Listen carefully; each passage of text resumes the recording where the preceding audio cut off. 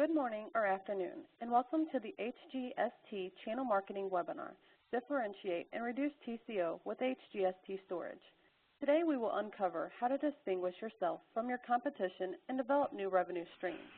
You will learn how to optimize data centers for cost, performance, and capacity, lower customer TCO, scale to meet the data explosion, increase reliability, and reduce system downtime. Just a few housekeeping notes to begin. As you enter the WebEx console, you will notice that this event is being streamed through your computer speakers via the WebEx Media Player. Please keep the WebEx Media Player open at all times. If you had to join via the teleconference, please note that your phone lines were automatically muted and they will remain this way throughout the webcast. We will be using written Q&A during today's event. To ask a question at any time, please enter your question in the WebEx Q&A panel as you think of them. You can find the Q&A panel at the bottom right hand of the console.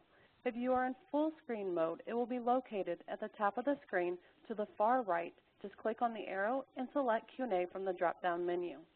Please leave the WebEx chat window for communication to our WebEx facilitators for problems or issues you may be experiencing. Again, please enter your questions for our speakers in the WebEx Q&A panel. Today's program is being recorded and will be available for viewing. At the end of the session, there will be a short survey that will pop up when you close your browser. If you could please take a minute to complete that survey, we would greatly appreciate it. At this time, I would like to introduce Clint Ludeman, Senior Product Line Manager, Enterprise Storage. Clint, I'll turn the program over to you. Great, thank you. I would like to welcome everyone to the second installment of our webinar series. During the last webinar, we talked about how the cloud was driving changes in deploying massive amounts of storage. Total cost of ownership, or TCO, is a major factor in the decision process. In the last webinar, we explained how capital expenditures, or CapEx, shown in blue, and operational expenditures, or OpEx, shown in green, are two components of data center spending. In order to reduce TCO within the data center, you have to consider elements beyond acquisition costs. Both power and bandwidth are usually two of the largest contributors to OpEx. We will be taking a look at the power contribution with several examples. When looking at the hard drive contribution to the cost of storage, performance and features are certainly important considerations when selecting the type of hard drive.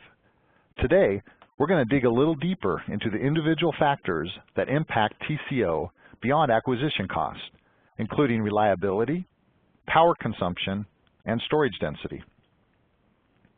To start, let's take a look at a typical hard drive data sheet. You may also need to look at a more detailed drive specifications manual to get the specific information that you are looking for. It is here that you will find important information that you can use to estimate TCO, like capacity. We will compare 4 terabytes with 3, 2, and 1 terabyte drives. Reliability metrics, like projected MTBF or annual failure rates. MTBF is a measure of drive reliability over a large population of drives. We also want to know how much power the drive consumes. We are interested in power used while the drive is reading and writing, and power used while the drive is idling. This power range can give us the expected range if the drive is busy all the time or if the drive is doing nothing but spinning. We will use these numbers in several examples that follow. Let's start with drive reliability. Reliability is another factor of TCO. The more reliable the hard drive, the less time you have to spend maintaining it. In this example, we show an installation of hard drives in the bar chart. For year 1, we assume that the large data center deploys 400,000 drives. This can be seen as the blue bar in the chart. For year 2, we assume that the storage requirement grows by 10%. So instead of 400,000 new drives needed, you now need 10% more, or 440,000 drives. In year 2, you now have the original 400,000 drives plus 440,000 newly deployed drives, for a total of 840K as shown in the second white bar. Year 3 assumes an additional 10% growth rate in new deployments, and you end up with 1.3 million drives as shown in the yellow bar. This continues until year 5, where you have 2.4 million drives deployed, as shown in orange.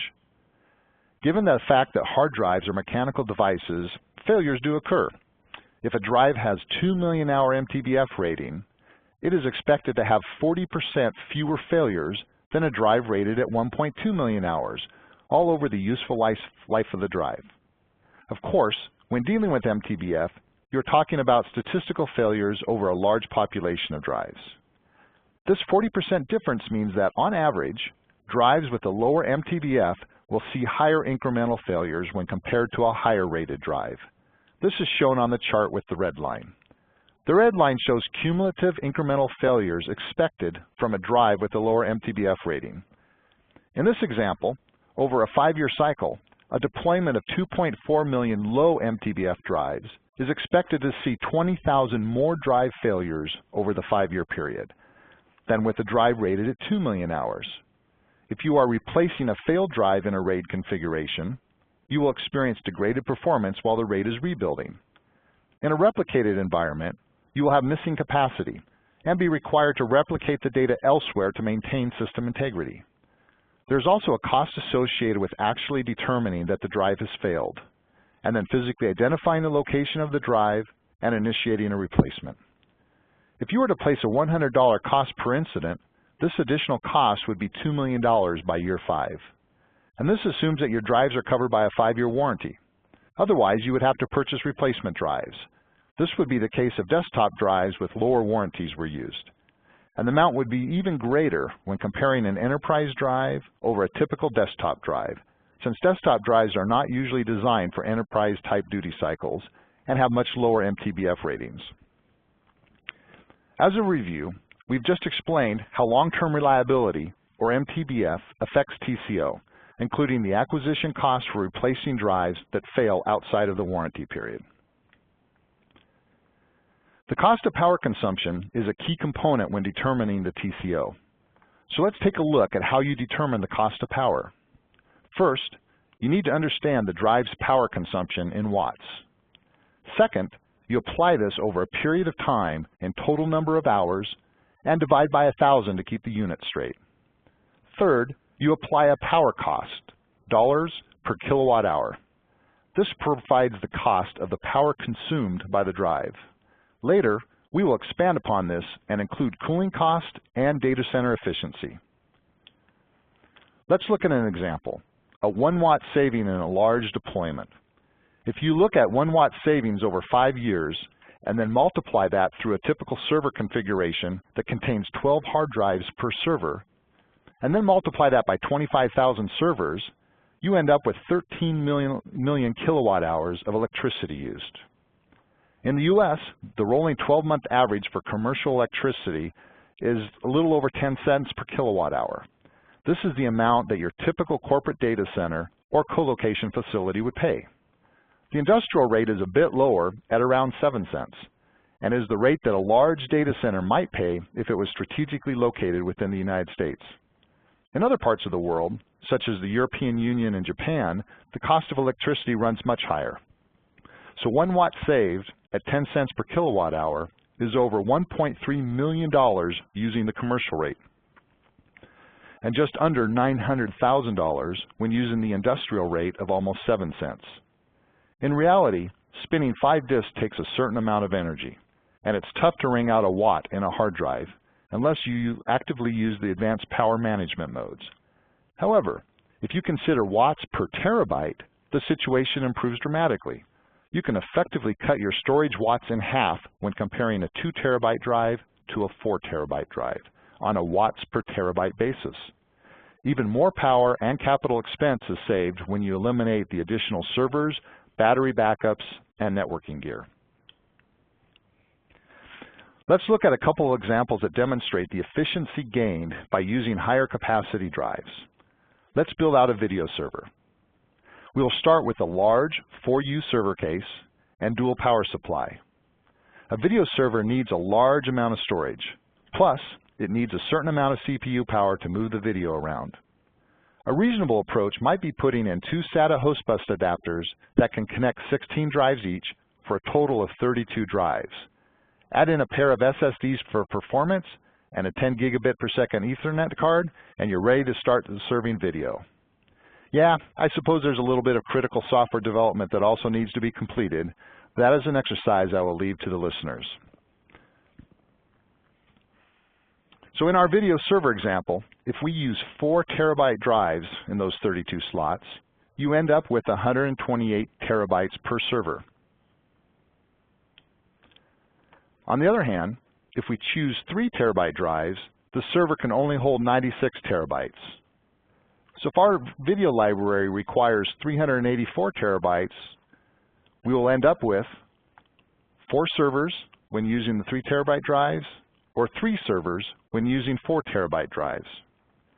You will end up saving 25% on power with 1 less server, and that's 32 fewer hard drives, 1 less motherboard, Ethernet card, and 2 less SSDs and 2 less controller cards.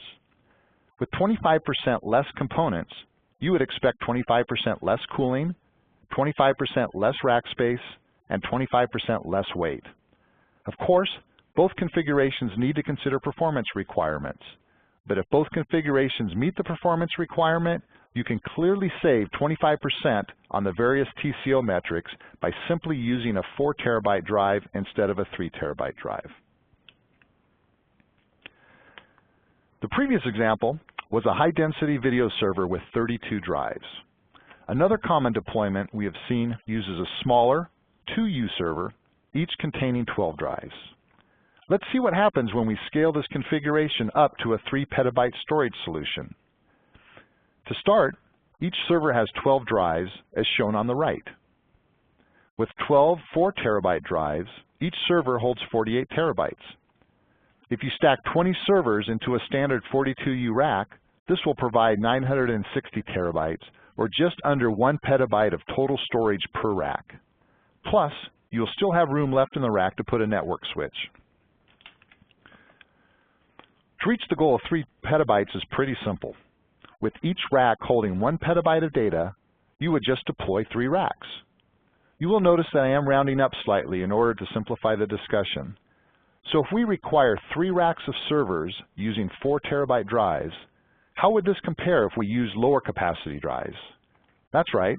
What if we use 3 terabyte drives or even 2 or 1 terabyte drives? Well, with some easy math, we can determine how many racks are needed to supply 3 petabytes of storage. What does that look like? Well, building the same solution with 3 terabyte drives requires 4 racks. And that extra rack requires 33% more power, 33% more space than a 4 terabyte solution, 33% more equipment. That includes drives, but also the servers, shelves, and racks, and other supporting components like the networking switch and UPS. If we use 2 terabyte drives, then you would need 6 racks, which is twice as many and requires 100% more power and 100% more space than a 4 terabyte solution. If we had used a 1 terabyte solution, which in our case is a 2-disk product rather than the 5-disk version used in the 4 terabyte drive, then you would need 12 racks, requiring 3 times the power and space of a 4 terabyte solution. Clearly, using the highest available capacity is more power and space efficient, thus lowering OpEx. While a 4 terabyte will cost more than a 3 terabyte drive, you should balance that against the savings of the supporting equipment that will be required with the additional racks. In review, this example hits almost all of the TCO points, including power consumption, reduced system weight, density, and cooling. Now that we understand how much a watt of power consumption costs, let's extend that to include cooling and other data center overhead. We can do that using this concept of power usage effectiveness. Wikipedia defines power usage effectiveness, or PUE, as a measure of how efficiently a data center uses its power. PUE is the ratio of the total amount of power used by a data center to the power delivered or consumed by the computing equipment. This overhead includes cooling as a big component, but it also includes other power usage, including power distribution and lighting, for example. So let's recall the original power equation. Now we will add in the PUE multiplier to account for the overhead. An ideal data center would have 0 overhead and a PUE of 1.0. This ideal data center does not exist today. For best-in-class data centers, the ratio can be around 1.2. Google and Facebook are in a race to create the most efficient data centers. Google reported that their 12-month average PUE in 2011 was 1.14. eBay reported a PUE of 1.35 for a data center in Arizona. Google publishes their best practices for the data center, and they suggest using free cooling options by using low-temperature ambient air, evaporating water, or using a large thermal reservoir. Most of these options are only available to the largest data centers and require proper planning. However, a typical data center is usually in the range of 1.5 to 2. This means that most data centers will use about 1.5 to 2 times the electricity used by the actual equipment. Let's dig a little deeper and show an example. Not only will we consider PUE, but we will also compare deploying a 4 terabyte drive against older technology 2 and 1 terabyte drives. Let's start by taking a look at 3 generations of products and get the power specs. As shown in the first row in the table, the first product, shown in blue, is the current 4 terabyte, the UltraStar 7K4000. It is a 4 terabyte drive with 5 disks. The read-write power used is 11.4 watts, and the drive uses 6.9 watts in idle. The second product we will compare is the UltraStar A7K2000. This is our previous generation 2 terabyte product with 5 disks. Read-write power is 11.1 watts with 7.5 watts idle. The last product is the 1 terabyte version of the A7K2000, which is a 2-disk product. The other 2 products were 5-disk designs. Now that we have the power specs for each product, we can do the comparison. The power specs for each product can be seen in the blue table. For this comparison, we will determine the power requirements of each product to supply a target amount of storage. In this case, we are setting the target to be 4 terabytes of storage. This can be seen in the orange table. So to deploy 4 terabytes, you need 1 4 terabyte drive, or 2 2 terabyte drives, or 4 1 terabyte drives. We can then add up the power requirements to supply 4 terabytes of storage. Again, referring to the orange table. For read-write power, you can see that it will take 11.4 watts for the 1 4 terabyte drive, or 22.2 watts for 2 2 terabyte drives, and 33.6 watts for 4 1 terabyte drive. And as shown in the green table, the 2 terabyte drive requires 10.8 more watts, and the 1 terabyte solution requires 22.2 more watts than using 4 terabyte drives. Now that we have the additional watts, we can then calculate the incremental cost of supplying 4 terabytes of storage using old technology using the cost of power formula. In the top half of the table, we will look at the cost of providing those additional watts. Looking at the top table, you can see that the additional cost of 2 terabyte ranges from $36 to $48 depending on whether the drive is idling or whether the drive is actively reading and writing 100% of the time. Assuming a 50% duty cycle, where the drive is reading and writing half the time and idle the other half, the cost is $43, or halfway between the two. For the 1 terabyte drive, the range is between $48 and $100, which is $76 on average. This is the additional cost to run a 1 terabyte solution for the next 5 years, and this only considers the power of the hard drive. We did this by setting the PUE equal to 1 when doing the math. In order to add in the cooling and other costs, we will look at data center efficiency and use a PUE of 1.5. It could be higher for many other data centers. We have now set PUE to 1.5 in the table and recalculated the cost of power. At the commercial rate of 10 cents per kilowatt hour, for every 4 terabyte drive you would have deployed, a 1 terabyte deployment will cost, on average, $111 more over the next 5 years. For a deployment of 10,000 drives, that adds up to $1.1 million. For new deployments, these results allow you to determine the higher cost of deploying lower capacity drives instead of higher capacity drives. If you're replacing an existing deployment, These costs represent one component of an ROI cost savings analysis. It shows that by upgrading from 1 terabyte to 4 terabyte provides power savings and effectively reducing the cost of your new deployment. If floor space is being rented, further savings can be realized with the reduced footprint. In summary, hard drive capacity has increased greatly over the last 5 years. The left chart shows how much gain in storage density by reducing the number of drives required to supply the same capacity.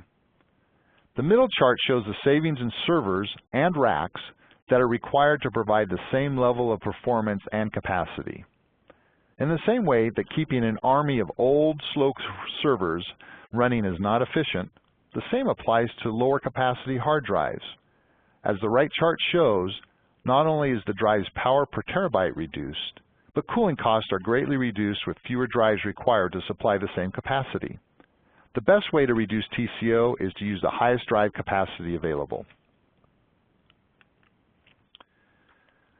This last example looked at several factors that should be considered when looking at TCO.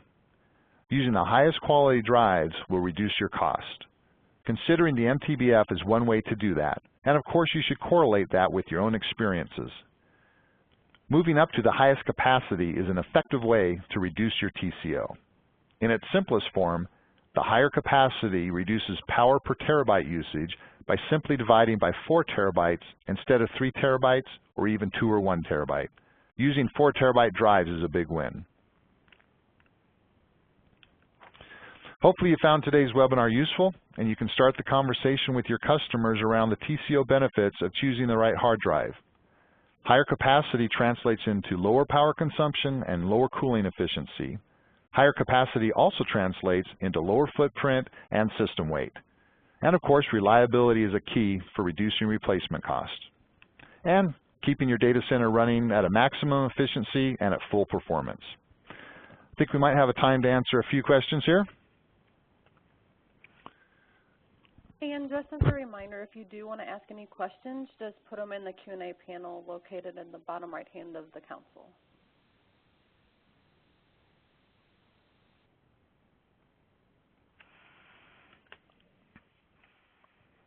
Okay, we have one here. It says, how does the reliability rates differ among the 3 capacity sizes of the 7K 4000 drives?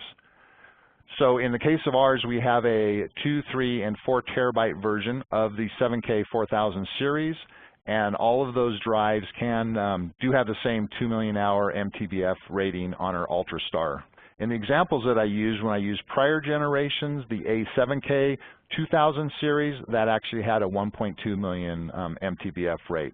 So usually within the same capacity or same model, you'll have the same MTBF rates that are done. The question on here about will I get a copy of the presentation is that the presentation will be presented, and we will put together a little kit that will have the script as well as the webinar itself can be replayed, so you'll be able to use that if you're wanting to take this to your customers.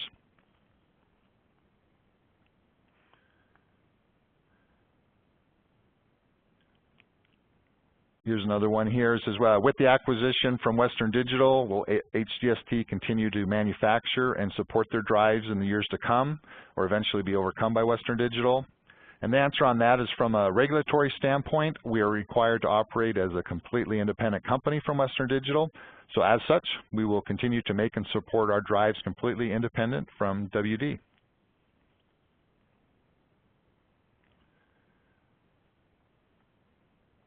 This one says, on the 4 terabyte drive, will this be offered as 4K native block sectors?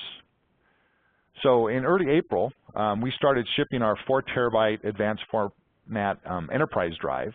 And by advanced format, I mean the drive uses 4K physical sectors, but the SATA interface uses 512 byte emulation, or 512 byte or 512E for backwards compatibility. So advanced format drives have better error correction than the legacy drives that use 512 byte sectors, and that's one of the reasons we've moved to that format.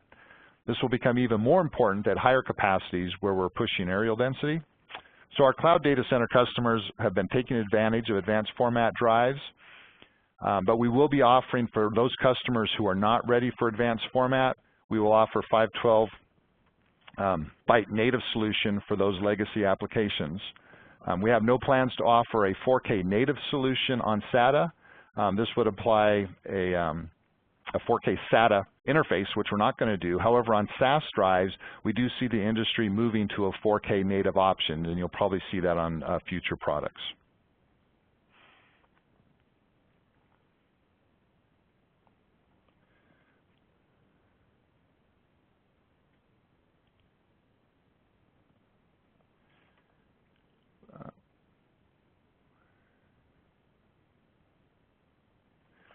So we were question, I think, what are the numbers for the enterprise class 15K drives? From a MTBF perspective, it is a 2 million hour MTBF. As far as if the question was more about what the wattage was, you'd have to look at the data spec. I don't have those, but you could pull up the read and write specs and the power current. You could find those in the manual.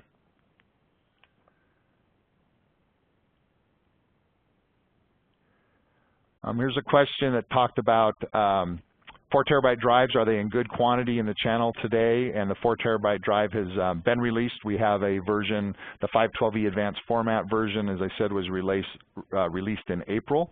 And we were able to, so that's been out there for a while. And then for those that might require a 512 native version, that was just released here about 3 or 4 weeks ago. And so that's probably still in the process of getting out to the channel, but it is in shipping.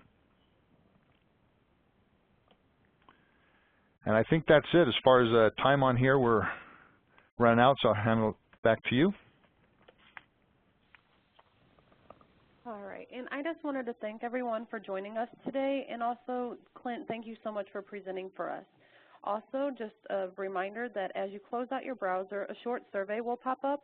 If you could just take a minute to complete that, we'd greatly appreciate it. Thanks again for your participation, and have a great day.